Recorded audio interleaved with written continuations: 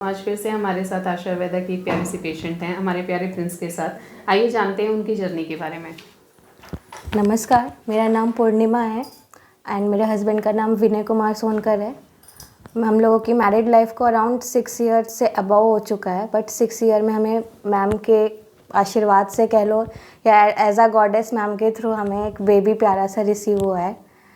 मुझे मतलब PCOD, endometriosis plus both bilateral hydrosalpinx की प्रॉब्लम थी एंड मैम ने पूरा क्योर करके पूरा इतना अच्छा रिस्पांस दिया मेडिसिन का कि मेरी सारी problem with in 3 month medicine के थ्रू कम्प्लीटली एकदम क्योर हो चुकी है and now result is here. इतना मतलब मैं बहुत ज़्यादा सर्वाइव कर चुकी थी पूरे 6 सालों में कि मैंने पूरी होप खो चुकी थी, क्योंकि मैं जहाँ भी मेरे मतलब हस्बैंड की जॉब जो है वो फ़ौज में है, तो उनकी वजह से हमें तमिलनाडु, राजस्थान वगैरह अलग अलग स्टेट में मतलब जाना पड़ता है ट्रांसफ़र के वजह से।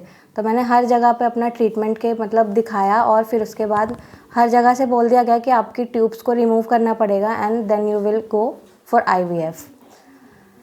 लेकिन हमें IVF ट्राई नहीं करना था। फिर मुझे मतलब पेन भी इतना ज़्यादा होता था कि मुझे इंजेक्शंस के ही थ्रू अल्ट्रासेट वगैरह मेडिसिन लेने के बाद ही मुझे रिलीफ मिलता था। एंड देन इतना मतलब ज़्यादा पेन हो गया एक बार, फिर मुझे एडमिट किया गया और डॉक्टर ने बोला कि आपकी दोनों ट्यूब्स कट करके रिमूव करनी पड़ेगी। फिर मैंने मैम का कहीं से मतलब यूट्यूब पे सर्च किया, फिर मैं मैम के पास आई और पूरा इतना अच्छे से मैम ने ट्रीटमेंट किया, पूरे स्टाफ का इतना अच्छा रवैया था कि मुझे 3 महीने के अंदर ही मुझे रिज़ल्ट मेरे हाथ में मिल गया। प्लस ना ट्यूब मेरी कट हुई, मेरी सिस्ट की प्रॉब्लम, हाइड्रोसेल्फिनिक्स प्लस एंडोमेट्रोसिस की प्रॉब्लम मैम की मेडिसिन के थ्रू पूरी कम्प्लीटली ठीक हो चुकी है। And all thanks to doctor Chanchal ma'am कि इतना अच्छा रिस्पांस दिया उन्होंने।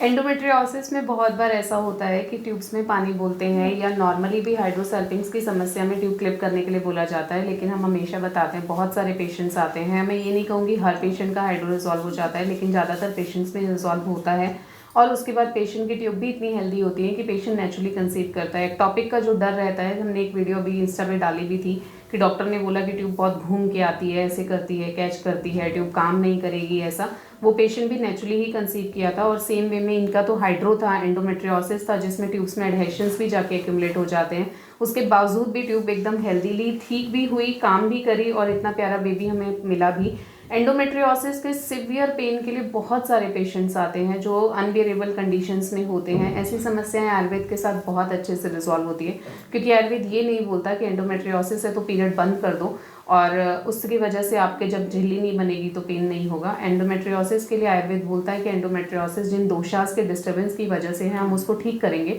और उसके बाद जब आप ट्रीटमेंट करते हो, उसके बाद जब आपके तीनों दोषास बैलेंस है तो हो ही नहीं सकता कि आपको इतना पेन हो, आपका एंडोमेट्रियोसिस ठीक ना हो।